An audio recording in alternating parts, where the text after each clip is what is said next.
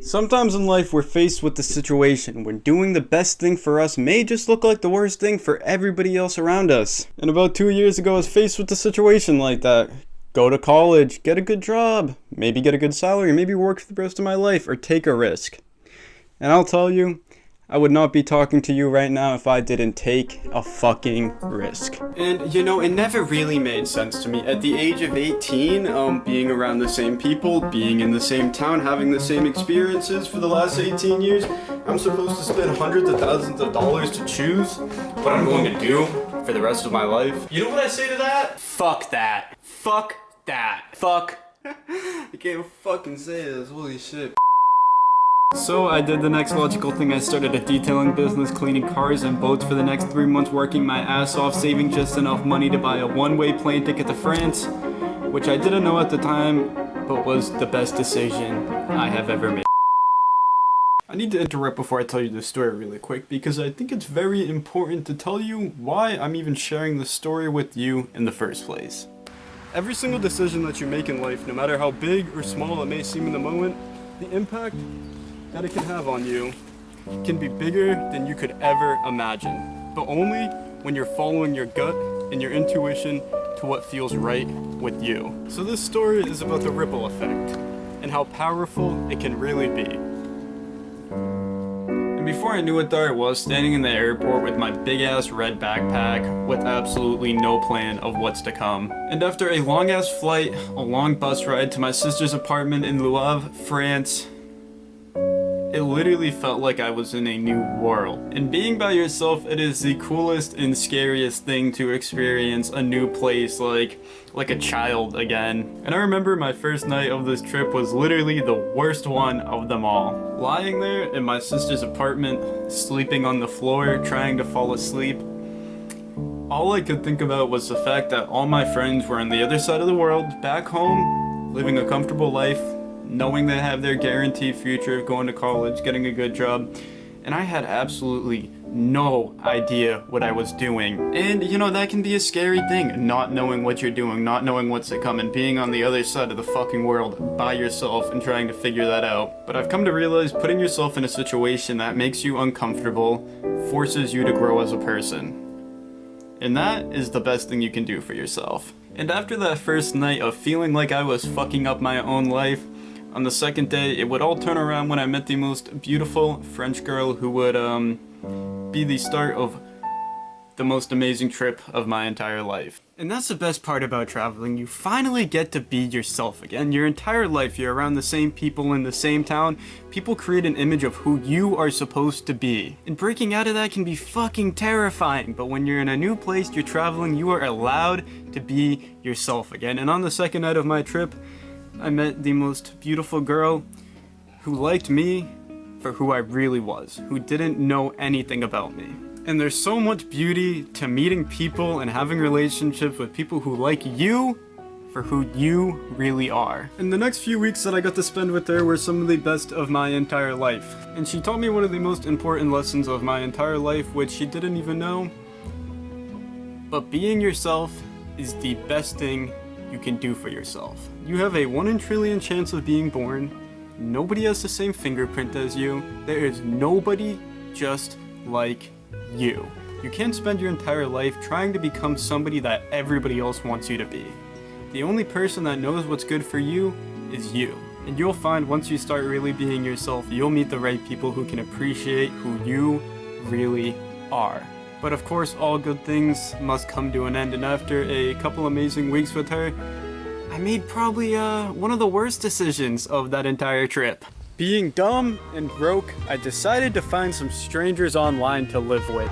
Which, in case you couldn't guess, wasn't the best idea. I found this family who lives on a farm in the middle of France in the absolute middle of nowhere, who I stayed with for 2 weeks, and I found it on the second day.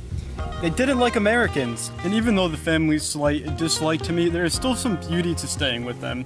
There's another boy there from Japan who didn't speak a drop of English, but me and him were able to bond over the fact we both liked anime, and we were both stuck on a farm in the middle of France, in the middle of nowhere, which made me realize a very cool thing. Different languages is a barrier, but shared interests among one another are much stronger than that barrier.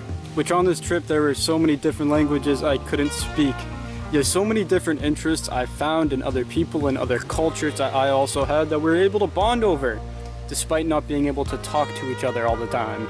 And with over 7,000 different languages in our world, you know, that's a pretty fucking cool thing. So in case you needed to hear this, don't go live with a bunch of random strangers in the middle of nowhere. Or do it, it might be a good time, I don't know.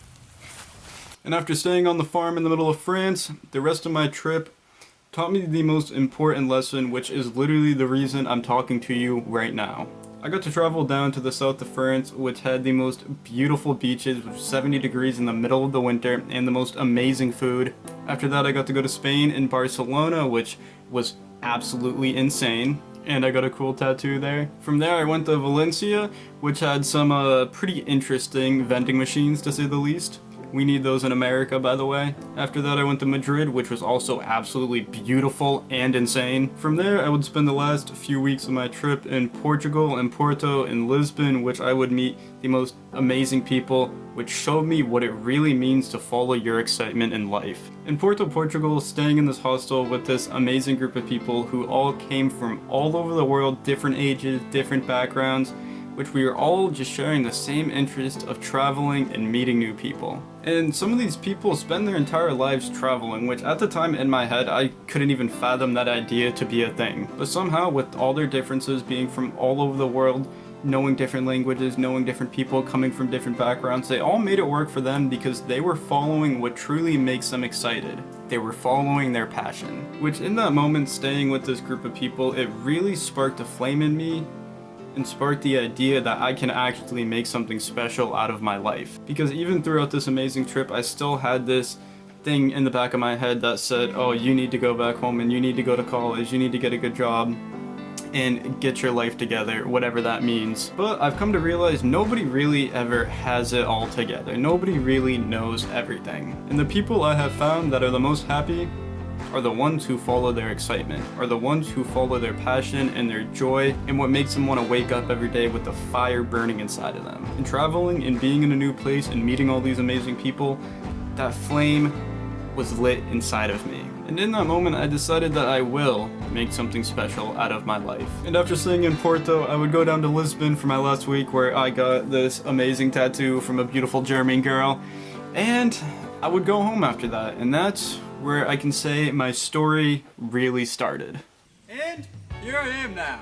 Almost 2 years later at this point. And after that trip, I didn't know exactly what I wanted to do, but I know I wanted to make something special out of my life. So I started a bunch of different businesses, started making content on social media, which I have been consistently learning and failing over the past 2 years at this point. Which really takes me to where I am now, talking to you guys, sharing the stories of my life through this little camera. And if there's one thing I want you to take away from this video, don't be afraid to go against what everybody else is telling you to do. Because like I said, you're the only one who knows what's best for you. So take a risk when you can. Go talk to somebody new when you can. Try something a little bit different every single day if you can. And if you do that, I promise you, your life is gonna change for the better in so many different ways you can't even imagine. And trust me, I get it. Change is a scary thing. But like I said, being a little bit uncomfortable is the #1 way to grow as a person. So I don't know why you're still watching this. Go, get after this. The world is waiting for you to happen. But before you do that, obviously, go subscribe, like, do all those good things first. Say thank you for watching. Good girl.